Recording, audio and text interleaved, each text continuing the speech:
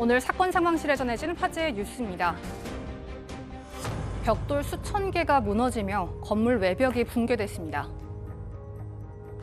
어제 오후 부산대학교 동부미술관 외벽이 붕괴돼 벽돌 덩어리들이 우수수 떨어지며 바닥은 벽돌 잔해들로 가득해지고 흰 연기가 피어오릅니다. 이 사고로 건물 청소 일을 하던 환경미화원이 사망했습니다. 93년에 지은 이곳은 예전부터 학생들로부터 보수 요청이 많았으며 지난해 육안으로 시행한 정밀점검 통과 이후 별다른 조치를 취하지 않았는데요. 부산대 측은 미술관을 임시 폐쇄한 후 정밀 안전진단을 벌일 예정입니다. 가이드를 폭행한 혐의로 재판에 넘겨진 박종철 전 예천군 의원에 대한 결심 공판이 열렸습니다. 검찰은 어제 박 전 의원에 대해 징역 6월에 집행유예 1년을 구형했습니다. 검찰은 박 씨가 군 의원으로 해외 연수 중 가이드를 폭행해 사회적 물의를 일으킨 점에 비춰 엄하게 구형할 필요가 있다고 밝혔는데요.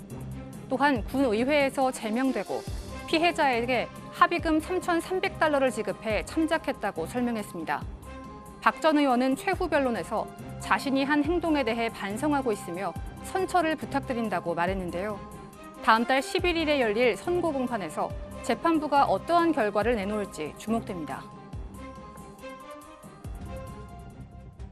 마약 사범 6명이 경찰의 잠복 끝에 검거됐습니다. 어제 오후 부산, 경찰이 지휘봉을 이용해 마약 사범 일당을 제압하고 있습니다. 결국 대치 끝에 검거에 성공하는데요. 또한 판매자 일당은 마약 구매자가 환각 증세를 보이자 2억 원을 호가하는 구매자의 차량을 절취하기도 했는데요. 심지어 이들은 절취한 차량을 2주간 타고 다니기도 했습니다.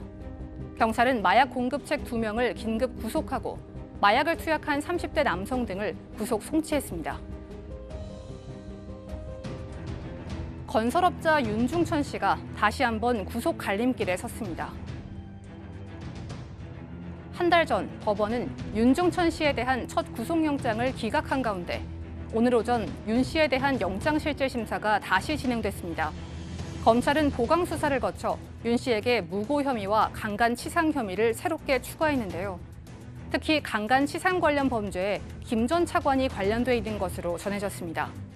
앞으로 이르면 오늘 밤 윤 씨의 구속 여부가 결정될 것으로 보이는 가운데 김 전 차관의 수사에 어떤 영향을 미칠지 주목됩니다. 지금까지 사건 상황실이었습니다.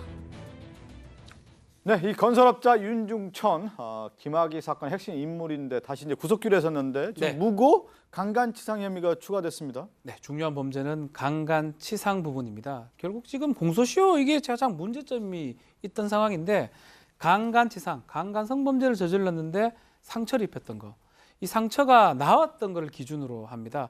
지금 그 피해자 이모 씨가 진료 기록을 제출한 걸로 보여요. 그 진료 기록은 뭐냐면 나중에 우울증이나 하고 외상성 뭐 스트레스성 장애 같은 게 있었다라는 진료 기록을 제출했는데 그게 나은 시점이 상당히 좀 오래 걸렸기 때문에 그때 기점으로 보면 공소시효가 살아있다는 겁니다. 그래서 이 공소시효가 살아있다 그러면 강간치상이 적용될 수 있고 그렇다면 범죄가 성립할 여지가 크기 때문에 아마 올 밤에 결정이 날 것 같은데 문제는 이게 구속이 된다 그러면 이쪽이 구속이 된다 그러면 김학의 전 차관이 지금 대답을 안 하고 있거든요. 그렇죠. 경찰 소환해도 아마 수사가 급무사를 탈 것으로 보입니다. 1차 구속영장 이제 기각이 됐는데 이번에 이제 다시 구속영장이 어떻게 발부가 될지 지켜봐야 되겠고 구속 이후에 만약에 된다고 하면 김학의 사건과 관련해서 좀 더 탄력을 받을 것으로 보이는데 앞서 저희가 이제 사건 상황실에 전해드렸던 내용 중에 하나 이제 부산대학교 안에 있는 미술관의 외벽이 붕괴돼서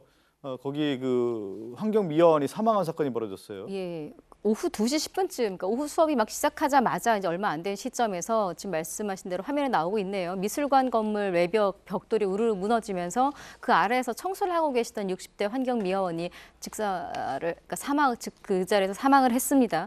근데 문제는 이게 막을 수 있는 사고이지 않았을까 하는 이제 뒤늦은 얘기들이 나오고 있는 건데 일단 이 부산대에 여러 개의 건물이 한 60몇 개 정도의 건물이 있는데 이 가운데 20% 정도가 보수 보강이 현재 필요한 상황. 상황이다라는 점검을 받았고 무려 36%가 A, B, C 중에 가장 노후됐다는 C등급을 받은 것으로 알려졌고요. 특히 이번 미술관 건물 같은 경우에는 벽돌 외장 공법이라고 하는데 콘크리트로 빌딩을 다 만든 다음에 벽돌을 그 위에다 붙인 거라서 이게 여러 가지 환경에 의해서 우르르 지금처럼 무너질 수 있는 상황이었었고 심지어는 학생들이 지나가면서 장난으로 야 저거 언제 무너지냐 할 정도로 평소에도 저게 아슬아슬한 상태로 방치가 되어 있다가 이렇게 네. 사고가 나다 보니까 괜히 안타까운 60대 남성이 목숨을 잃은 사건까지 이어지다 보니까 이 자체에 또 다른 문제가 있는 것 아니냐는 지적이 나오고 있습니다. 정밀 점검도 제대로 안 받았다는 얘기네요. 이제 받았다고 했다고 하면 실질적인 어떤 내용까지 했어야 되는 건데 그렇지 못했다라는 것이 드러났는데 지금 얘기한 것처럼 학생들이 언제 무너질지 모른다 뭐 이렇게